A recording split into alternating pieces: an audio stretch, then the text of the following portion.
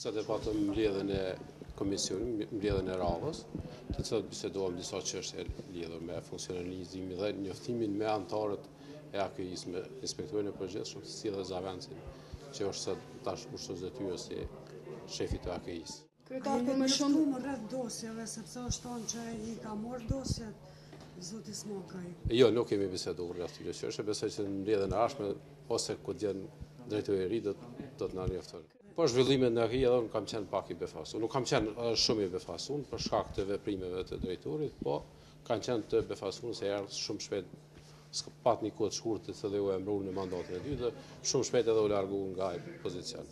Ka dilema, do të thonë rreth largimit, keni dilema? Nuk kemi nuk kemi një raport nga presidenti ose kryeministri lidhur se do të kemi, nuk kemi asgjë në herë për herë, sepse nuk kemi njoftuar nga institucionet të cilat e kanë marrë atë vendim për shkarkimin e drejtorit të AKI-s. A do të kërkoni raport për AKI-s për arsye të që kanë bërë pse? Ne do ta presim shumë shpejt, do ta kemi raportin nga presidenti dhe kryeministri lidhur me largimin e tij ose vendimin se ne kanë marrë ata. Përdesa nuk e kemi këtu, ne nuk kemi as çka shtojmë, se njerë për njerë nuk kemi asgjë.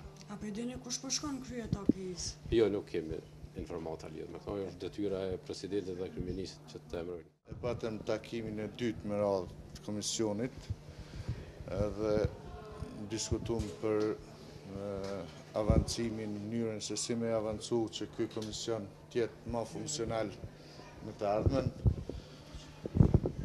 Po ashtu biseduam edhe për një takim, një plan punës komisionit dhe biseduam për ndryshimin e rregullores brendshme, analizën, shqyrtimin dhe lëm për mbledhjen tjetër që kjo rregullore nëse dikush ka ndonjë propozim apo ndonjë vërejtje të veçantë që ta diskutojmë për takimin e radhës. Është thonë që janë marrë dosjet brenda AKI-s.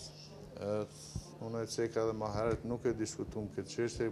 Takimi e pat karakterin njoftues, por në takimet e radhës do të ngritin edhe këto çështje. Sot kryetari i komisionit tha që ky takim i sotshëm me AKI-n është vetëm njoftues, domethënë mes dy palëve, ku u bën prezantimin na dhe si anëtar të komisionit edhe përfaqësuesit e AKI-s. Dhe mbet që në ndërkohë për çështjet që ne do të kërkojmë nga AKI-ja, t'i dërgojmë me shkrim dhe t'i ftojmë ata në një mbledhje të radhës në komisionin tonë.